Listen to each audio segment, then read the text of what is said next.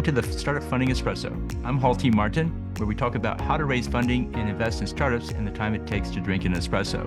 If you have a question about startup funding or investing, please go to the website, startupfundingespresso.com, and type in your question into the chat bot in the lower right corner to receive an answer.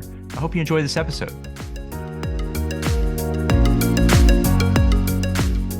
Hello, this is Hall T. Martin with the Startup Funding Espresso, your daily shot of startup funding and investing.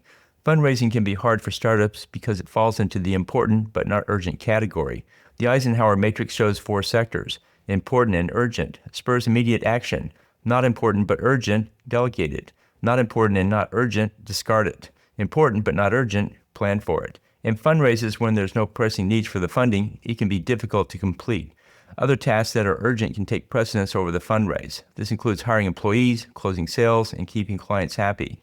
Fundraising most often is not urgent and doesn't press the founder, so it gets deprioritized.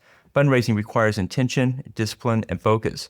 Develop a fundraise schedule and map it out on your calendar. Set aside time for it each week, and set activity goals for the number of contacts you will make.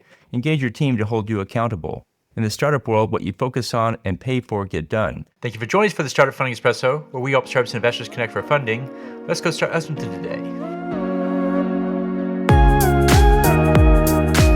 Hall T. Martin is the director of Investor Connect, which is a 501c3 nonprofit dedicated to the education of investors for early stage funding.